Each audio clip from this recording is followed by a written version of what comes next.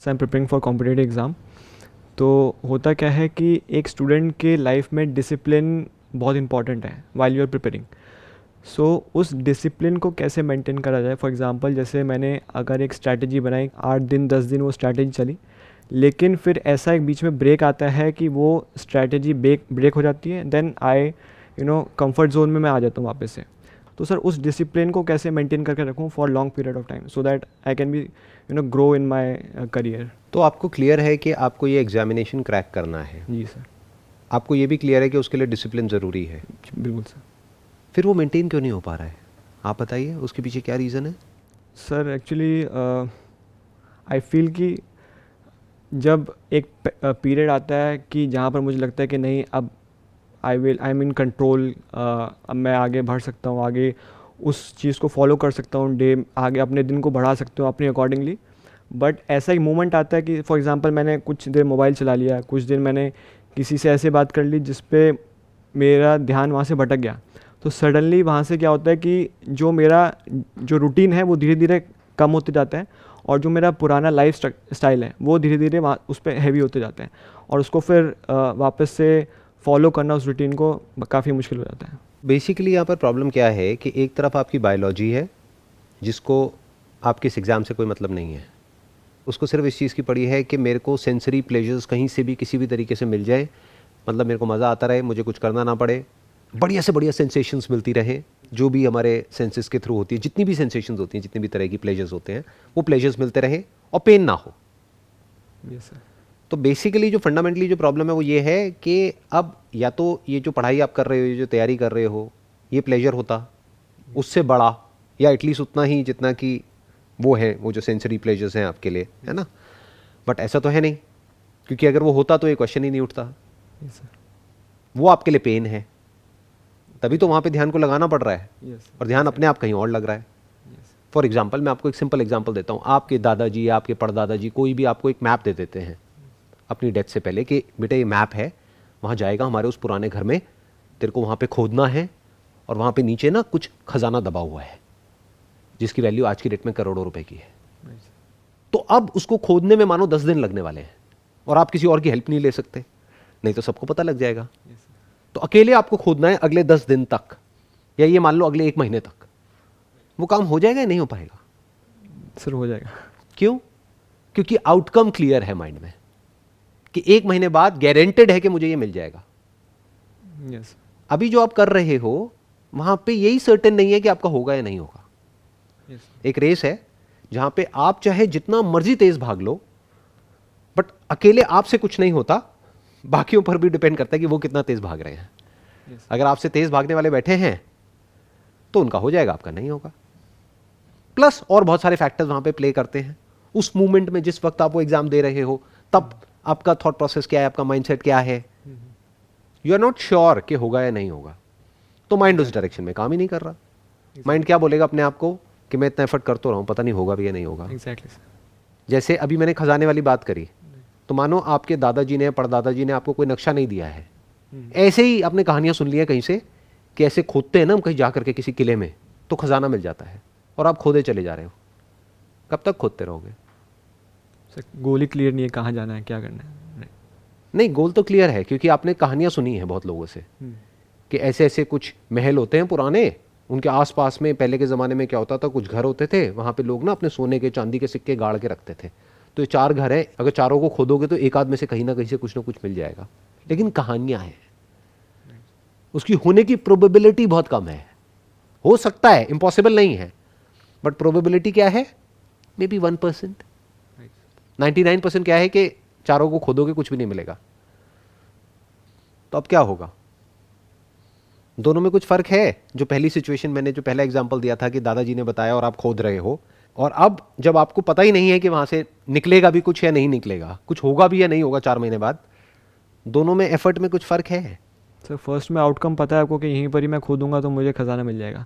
Second में मेरे को एफर्ट ज़्यादा लगाना पड़ेगा, और उसके बाद पता भी नहीं है कि मिलेगा कि नहीं मिलेगा। तो दोनों में ये फ़र्क है कि वहाँ पर श्योरिटी है आपको कि हाँ यहाँ पर होगा, मेरे को मिलेगा, बट वहाँ पर श्योरिटी कम है, या फिर 1% जो आपने कहा। वो कम है या बहुत कम है? बहुत कम है सर। कम में और बहुत कम में बड़ा फर्क होता है। Yes sir. कम मतलब क्या? 50-50 है। Yes sir. बट बहुत कम मतलब क्या, 1% सक्सेस 99% फेलियर। क्या ऐसे ही नहीं है आपके जो भी कॉम्पिटिटिव एग्जाम्स हैं उन सब में? सक्सेस की पॉसिबिलिटी क्या है? Sir 1 out of 1000, 2000, 10,000. Even worse than what I was talking about. Yes. मैं तो कह रहा हूँ 1 out of 100, what you are saying is 1 out of 1000। Yes, sir. Problem की जड़ मिल रही है आपको, पकड़ में आ रही है। प्रॉब्लम ये नहीं है कि आप एफर्ट नहीं कर सकते हो फिजिकली या मेंटली। प्रॉब्लम ये भी नहीं है कि जो आपको प्लेजर्स मिलते हैं उससे आप अपना ध्यान हटा सकते हो, क्योंकि कुछ और इंटरेस्टिंग आपको नजर आता है तो वहां से ध्यान हट जाता है। जैसे मैंने वो एग्जांपल दिया ना, 1 महीने तक खजाना खोदोगे अपने दादाजी के कहने पे, Yes, sir. तो उस वक्त क्या ये सब ध्यान आएगा कि मोबाइल पे कुछ देख लूं? माइंड में गोल बिल्कुल क्लियर होगा कि मैं एक खजाना खोदने का काम कर रहा हूं, 1 महीने बाद यहां से कुछ निकलने वाला है। सर बट डेली का आउटकम हम कैसे सेट करें? फॉर एग्जांपल मैं स्टार्ट कर रहा हूँ, मुझे नहीं पता कि लेट्स से रात में क्या आउटकम निकल के आएगा। ये तो लॉन्ग टर्म की बात होगी फॉर एग्जांपल कॉम्पिटिटिव एग्जाम में। बट डेली बेसिस पे जैसे कुछ स्टूडेंट्स बात कर रहे हैं कि मैं डेली बेसिस पे गोल बनाता हूँ, और देन वो पता नहीं चलता कि 6 महीने बाद आप किस लेवल पे पहुँच जाते हो, और आपको एक एंड ऑफ लाइट, टनल के बाहर जो लाइट है वो दिखने लग जाते हैं कि हाँ मैं कर सकता हूँ क्रैक। बट वो उन्होंने बोला कि डेली बेसिस पे आपको चलना पड़ेगा, डेली बेसिस पे आपको एफर्ट डालने पड़ेंगे। तो वहाँ पर आउटकम स्टिल थोड़ा क्लियर होता है कि हाँ मैं अगर ऐसे ऐसे चलूँगा तो शायद। कोई भी ये नहीं बता सकता कि आप कितना काम करोगे और उसके बेसिस पे आपका क्रैक होगा या नहीं होगा। क्यों? क्योंकि हर एक के लिए काम की डेफिनेशन अलग अलग है। आप हो सकता है दिन में 4 घंटे काम करोगे और कोई सीनियर है जिसका क्रैक हो गया है, उसने आकर के आपको सलाह दे दी कि भाई इस तरह से अगर आप डिसिप्लिन को आप फॉलो करोगे, डेली दिन में 4 घंटे करोगे या 6 घंटे करोगे और ये नहीं करोगे तो आपका हो जाएगा। वो किस बेस पे बोल रहा है? आपके बेस पे, अपने बेस पे, अपने एक्सपीरियंस के बेस पे।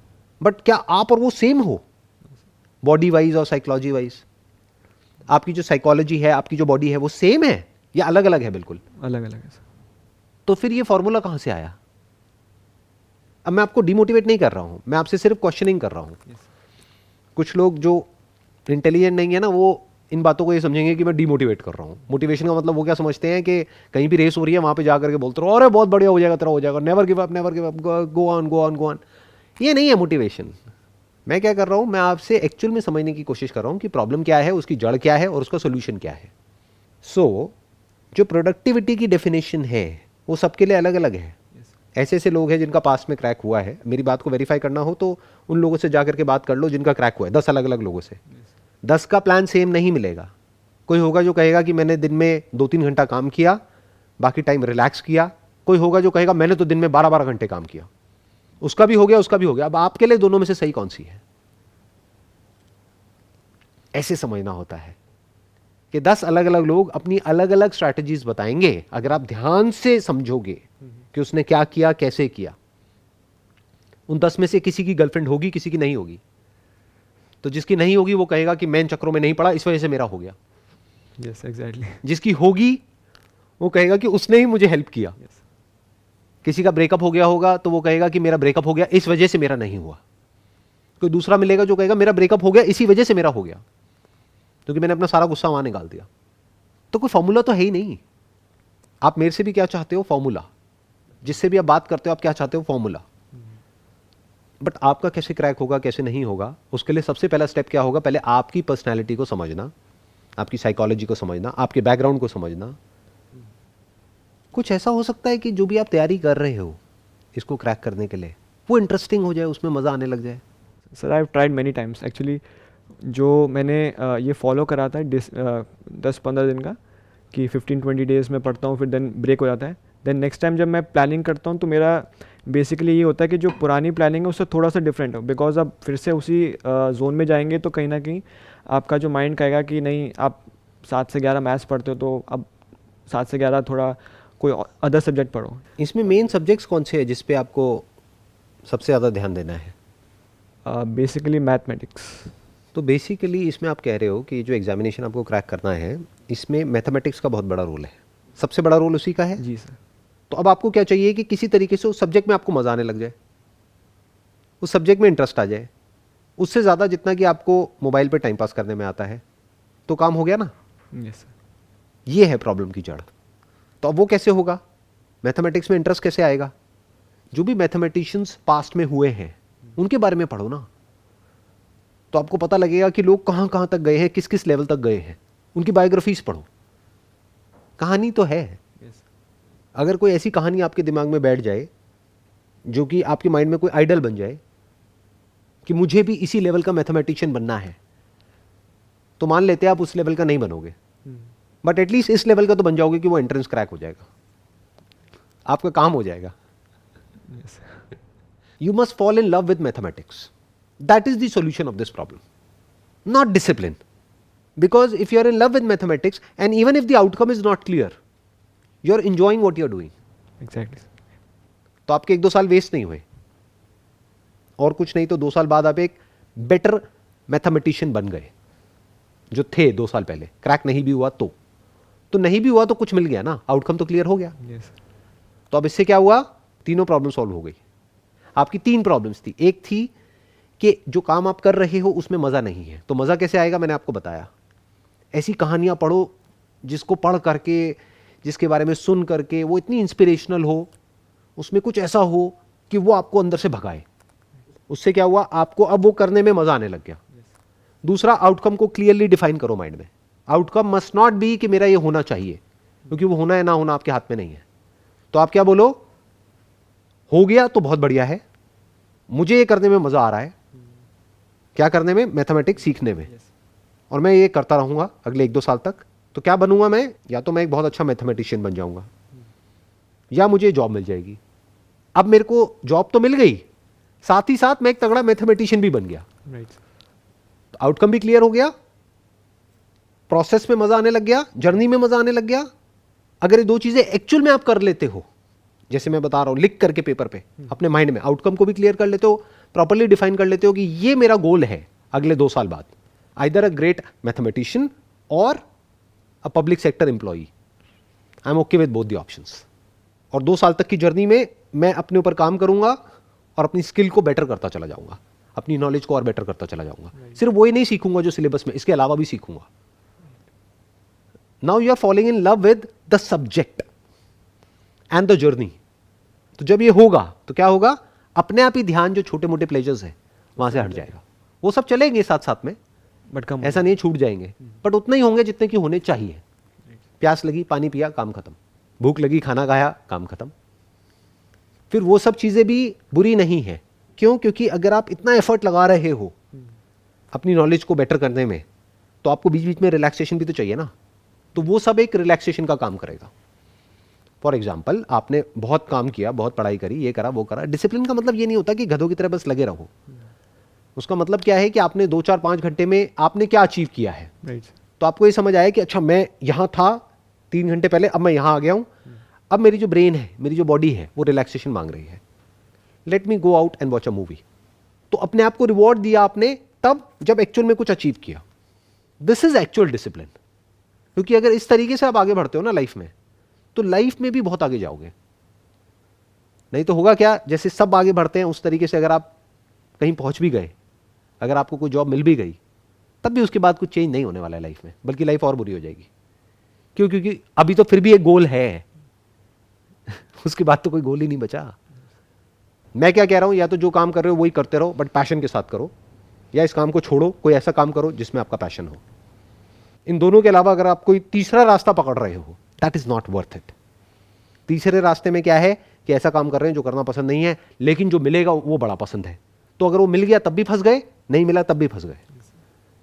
मिल गया तो प्लेजर्स में इंडल्ज हो जाओगे, और नहीं मिला तो रोते ही रहोगे, मैं फेल हो गया, मैं फेल हो गया। घर वाले भी सुनाते रहेंगे जिंदगी भर, खुद भी अपने आप को सुनाते रहोगे, एज अ लूजर अपने आप को देखोगे।